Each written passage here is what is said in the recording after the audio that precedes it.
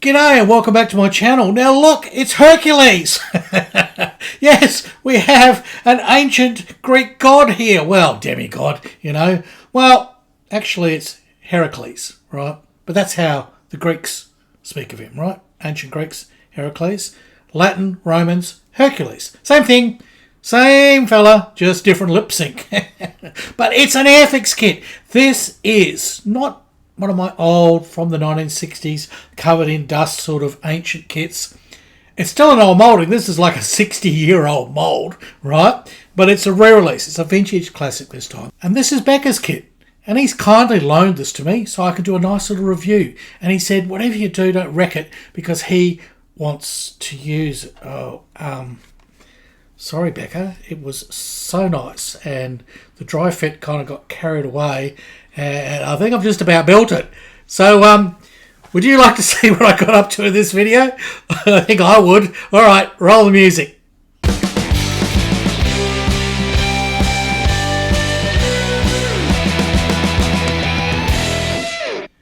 And if you think this looks familiar, you may be a fan of the Studio Ghibli animated movie series, right? They're really good. And one of those particular movies, Kiki's Delivery Service, right?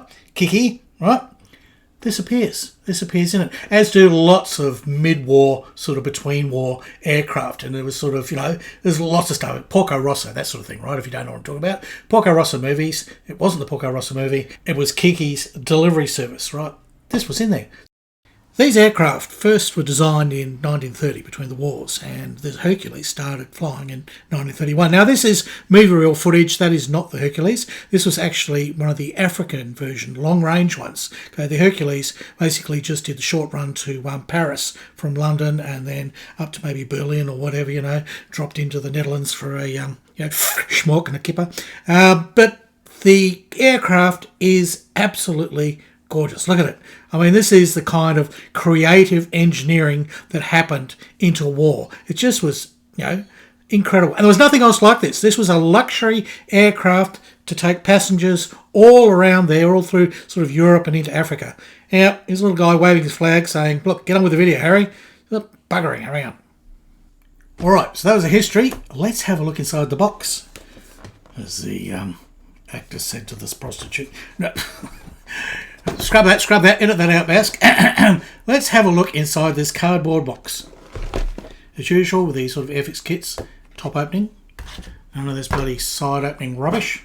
No. And this one is a virgin. Yep. It has not been popped. Look. Alright, so it's a baggie, right? A 10-finger bag, yeah.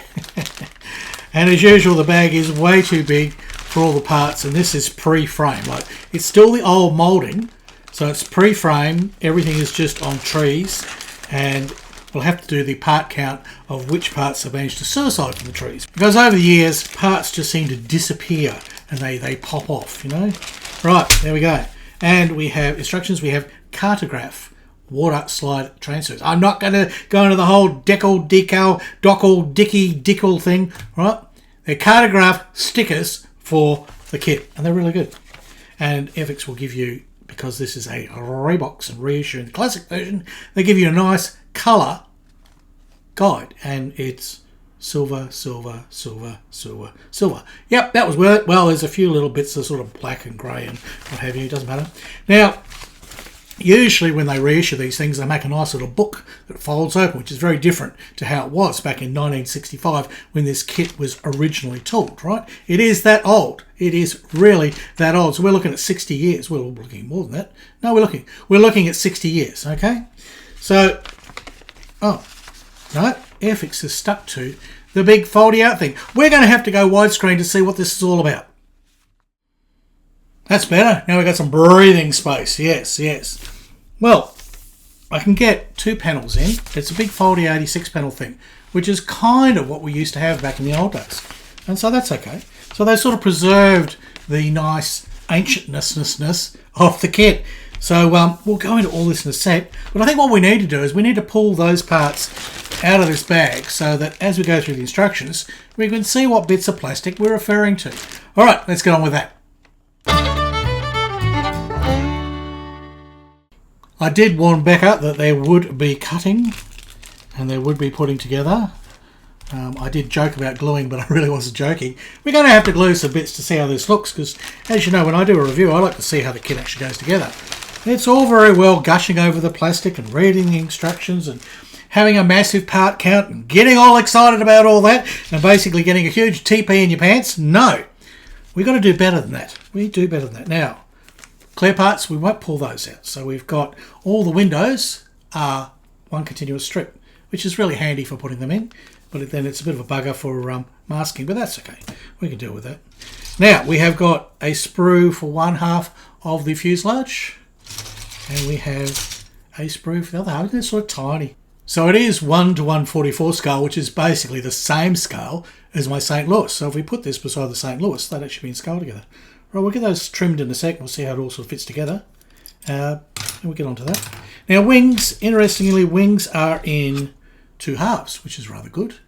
It's rather unusual. There's sort of usually Airfixes are doing everything as one great big solid wing. The even that one's 2 halves. So both of the wings, because remember this is a biplane, I believe people have complained that there's lots of stuff to clean up in there. So we'll have a look. Well, it's got a part number. Well, that's going to get in the way. It's very nice of Airfix. Can you see that? The little part number, which is handy. This is what they used to do back in those days. Everything had part numbers on it. So we will probably just need to... Oh, there's a couple of ejection sort of things, but they're going to take like 2 seconds to clean up. Yeah, there's not much. Not much to do. Really thin. Like really thin. That is absolutely the thinnest plastic I have seen from Airfix in a long time. So there must be method in their madness for this, and it probably has everything to do with how motors go in. As this has got 4 motors, 4 Jupiter motors. They had lovely names for motors back then. Merlin motors, you know, Jupiter motors, Bristol Jupiters. Yeah. I knew a girl. Sure, Bristols, they were Jupiters. Yeah, they were wonderful. And yep, so these two will fit together as well. And similarly, tiny bit of flash there. Oh, look, you got to expect it. It's 60 years old. It's just about as old as I am. We have got a sizable ejection one there. That will need removing, but again, not that difficult. We'll have to be careful because the plastic is very thin. And there's another one there. So that will have to be removed. So there's a bit of... We're going to have to do a little bit of work. The little ones aren't too bad. I think probably get in with a file and do that one. The beauty here is you're not worried about damaging any detail. You just don't want to score through the wings too much because they are very thin. Very, very thin. Now there's the tiniest bit of flash around there. Okay. And you can sand it straight. This one's a bit weird because it's curved, so it doesn't usually pick off with your fingernail. But here's the trick. Because the actual wing has a shape, right? You can actually run up to it. If you run your knife against the wing shape, you literally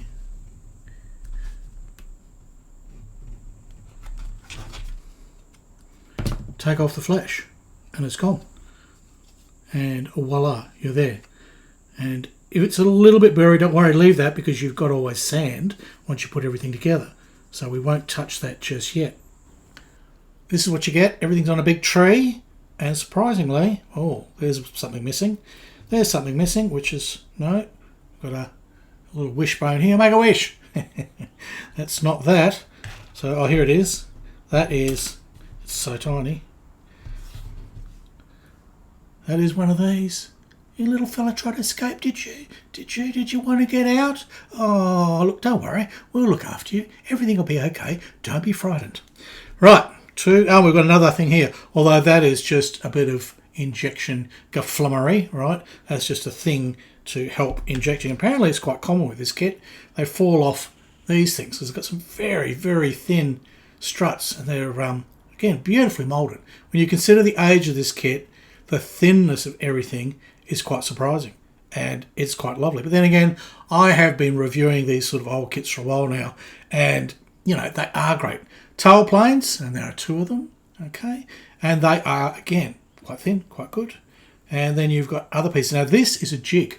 We'll get into that with the instructions in a sec. Tell you about that. Jiggity, jig, jig, jig. So, okay, we've only got those 2 parts have suicided, and one little knobby bit fallen off. Let's now have a look at the instructions and go through and find parts match them up to the drawings and see how this thing goes together. These are little tailplane pieces, and they're quite lovely. They don't require much clean-up at all. So to make them work, we're going to have to fit them into the little rudders here. Of course, there's 3 of them. Well, they don't actually rudder so much. I think you'll find there's little side pieces that rotate, and that does the ruddering. So these are more just like box kite sort of airflow, keeping the thing going, you know?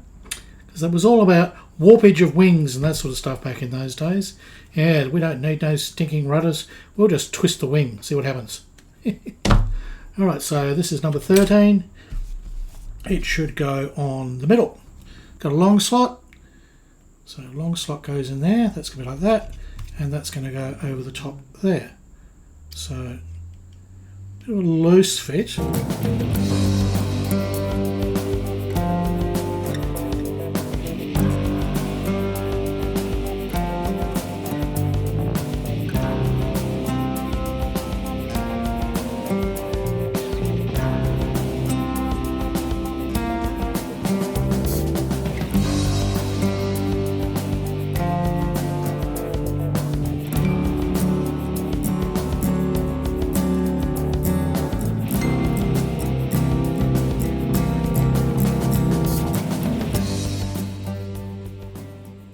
Glue is now in slots. Now we can apply a bit of pressure. See, this is back in the old design of aircraft.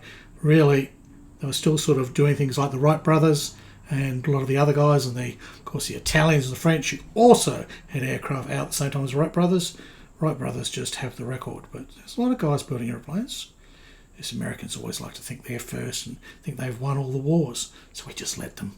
Yeah, we let them, even though we know it's not true. Because, you know, it's like that little kid. You have to sort of go, yes, Johnny, yes, you're right. It's okay, because otherwise you get a little tantrum out of them. So, goodbye to all my American viewers. You wouldn't be watching this anyway. It's an Airfix kit. You'd be going, it's not Tamiya. I'm not watching. Those fuselage halves were very easy to get off the sprue. Minimal cleanup, as I showed you, just here around the tail area. Right, so they fit together nicely. We will not glue them because the clear parts need to go in there, and I'm not going to do that at this point. No, I'll just give the kit back to Bear, half built. It's basically what he always does. Gives me half built kits and says, there you go, you love this kit. And it's half built. You know, he's already glued half of it together, made a bloody mess of things, and goes, you'll enjoy this? Yes. So there will be a bit of cleanup here. I left that on. They always leave little bits on because you never know, and there's also pushing apart a little bit, so I will have to get in there and figure out what is pushing that apart. Sometimes you can do this old trick. It's not too bad, in fact. I've done that so well, I've now left a cap. That's okay. So we need it in flight. It's got to be in flight, Becca. Right, moving on to part 2. Well, it's all wings and things. So let's start putting those together.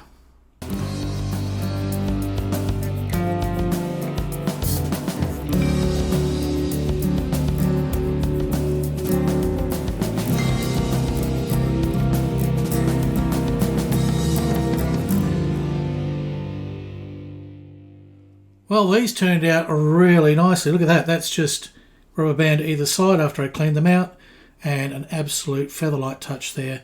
That's going. A bit of glue on this, you will have no seam. It's really good. And I did take the ejector pin marks out. Yep, that's about it. I didn't take the part numbers off because these wings are fatter, right? Because they've got an aerofoil shape, so they are fatter in the middle, right? There's a bit of height to them. And basically, if there was any sort of bumpy bits there, you didn't have to worry about it. So the numbers are still there if you ever want to see them. Right, they're in there. They're in there. You know, if you've got X-ray vision, you can see the part numbers. Okay, so that's basically part 2. There are some struts to go on there. I won't do that today. There's some strutty stuff. There we go. Okay. And there's a couple of engine cowlings, which will go here because the lower part here needs a couple of cowlings. So we've got little cowlings there. So they'll go on there, and that completes that. But basically the fit is really nice. It's a joy. This is just taking me back to my youth, really. This is what I used to do. You'd sit there and you just trim it and put it together, and there was a little bit of fiddling and tidying up, and that was half the fun. And then it fits. But you got to make it fit. Brilliant.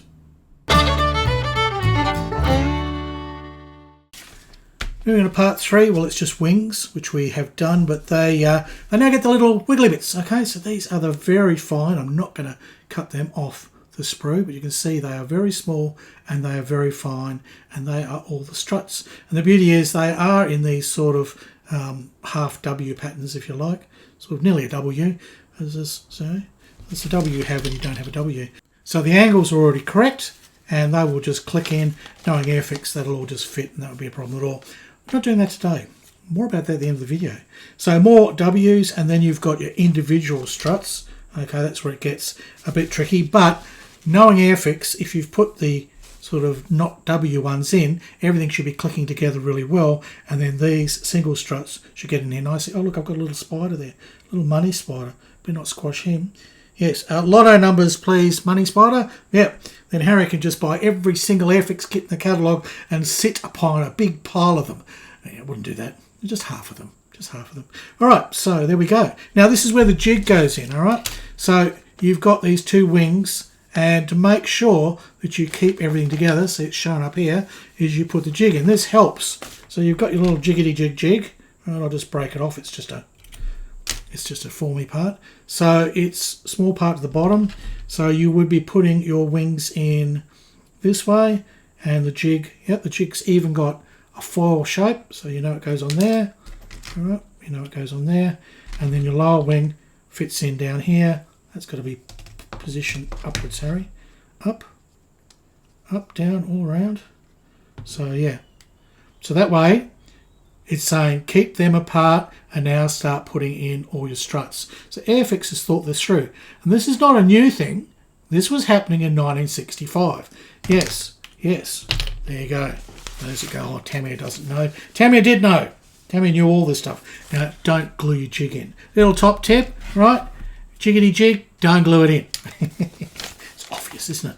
No, but these days you have to say, coffee is hot. Because there's numbats out there who'll sue you, build this kit and go, oh, my kit's ruined, I glued the jig in. You didn't tell me not to glue the jig in. And she probably says, yeah, do not glue. Big black box, that means do not glue. Yeah. You don't go poking around in a big black box, never. All right, so after that, you're going to be putting on all the other things. You're going to make up the motors, right? The motors are made of various small little parts here. And the detail is, well, it's not. Actually, I thought it was going to say the detail will be crappy, but look, you have, I think it's 9 cylinders. You have every cylinder represented. Whether they have touched this up, but then again, probably not. Airfix did these sort of things. They didn't produce blobby kits like some of those Revel of America ones, they were just all blobs. Some of the other kits, dreadful kits, are out. So, now look how thin these parts are. We're not seeing any flash here. And look at these lovely little props. So Airfix may have cleaned this up, they may have, but I doubt that they've changed much of it. They would have left it to be the same experience because they know some old bugger would have built this. I didn't build this in the day, but some old buggers would have. And they would go, no, don't mess with it. And again, part numbers are all inside, so you can cut everything off the sprue, clean it up, have a big pile of parts, and everything's numbered, right? And as always, you are building in order. When we started over the page, it was way over the page, it was part 1. Should have been. Yeah, well, they were the clear parts. Clear parts were 1, 2, 3, 4, 5, 6, 7, 8, 9, 10, all the way up to 18, right? And then here we'd start on, 19, 20 or whatever, or 19's up there. So always in order. So you can literally have a big bucket full of all your parts. And if you've got them, like here's 1 to 10, 10 to 20, whatever, you can work your way through each bucket. It's easy. Airfix was smart. I don't know if they still do that. Let me know. Do they still do all the part numbering in the order that you build it? Who knows? So here we have all these other sort of wrinkly bits. So they did this, right, for strength. So this was the thing back then. They had these corrugated sort of metal things because they weren't sure about the strength of metal panels. And I don't know if they were building subframes in there. So, there would have been some sort of frame. But for the metal, to keep it strong, and it might have helped a little bit with aerodynamics and diffusing things, they did all this sort of bumpy stuff. You see it on all the Junkers. Junkers planes have this, some Germans. Right? So, okay, through there, then you flip it upside down, and you've got these wishbones go on. They hold on your wheels. Okay, so wishbones and wheels. So, fishbones, right? And then they will be your wheels. Now your wheels, a little bit of flash on the wheels. Now there's no flat side on them for the weight and everything, because this thing would have weighed bugger all. Yes, that was so very light. Lightness was the thing. It could only do 100 knots, you know. That was the thing. So there wasn't any of that. So you've got all that. Now you can, have we got option here? Although no, they just crank in. They're fixed, yeah. So even in flight, your wheels are still there with a little wishbone cranked to the side of the fuselage. That's how it is. So after that, parts 5 and 6, and you're done. That's it. You're absolutely done. Now we get on to the painting, which, as I said, is just silver, silver, silver, silver, silver, silver, a bit more silver, and then some silver. And you only really put a bit of dark earth on the props and a bit of matte black on the motors, which you probably would dry brush then to get those details out. And a bit of gunmetal here and there. I don't know. It's got no guns. Something's gunmetal, but there's no guns. All right. There we go. Now, we didn't do a little test fit thing here, did we? No, let's play with that. Let's have a play. Let's have a play. Which way up do these wingy things go? I think they go that way. I think they go that way, and yep, like that. So that slots into there and fits like that. Yes, it does. And then those other pieces will go across here, corrugated, and then this will, of course, the motors hang down, will fit across there with your spacer. So you're getting an idea of what she's like. So it is a mighty little kit, and it's quite a size with that wingspan, even at this tiny scale. So she is bigger than I think I did a little Airfix clipper, and that was this similar scale, and this is bigger, much bigger. All right, let's sum this whole thing up.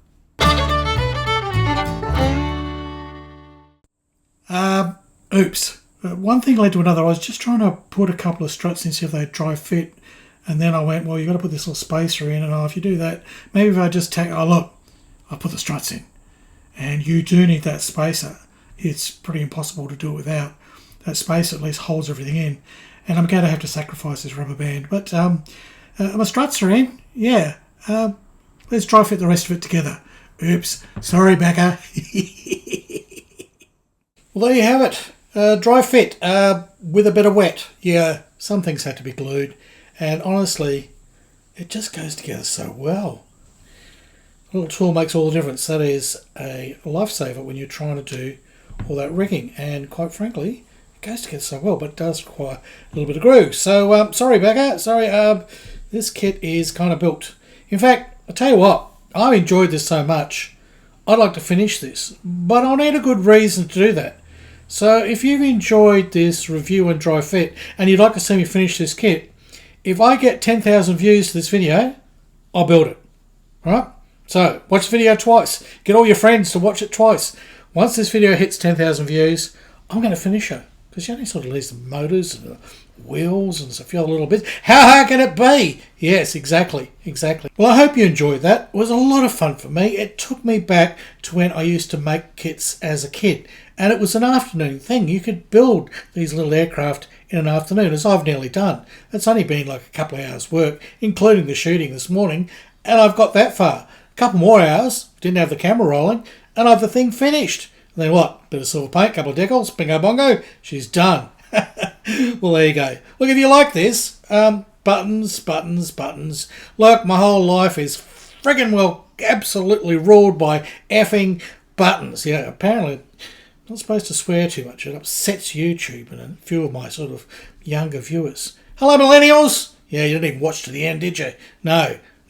Pointless. Pointless even mentioning you at this point. No. But for all you old buggers that are still watching, thank you. Thank you very much. Thanks to my patrons for supporting me, my YouTube members. Thanks for all the people on Facebook. You have been such an encouragement over the last couple of weeks when I really thought I'd had enough of this whole thing and I was quitting YouTube. Well, I haven't. And I'm having fun. You reminded me. It's all about fun. And this was fun. An old kit. Just put it together and enjoy the moment. And you're not too worried about it being perfectly accurate or anything. You're just enjoying it. And it's Airfix, of course. Love Airfix. Alright, that's all I got to say. So it's goodbye from Australia, and it's hooroo from Harry Houdini.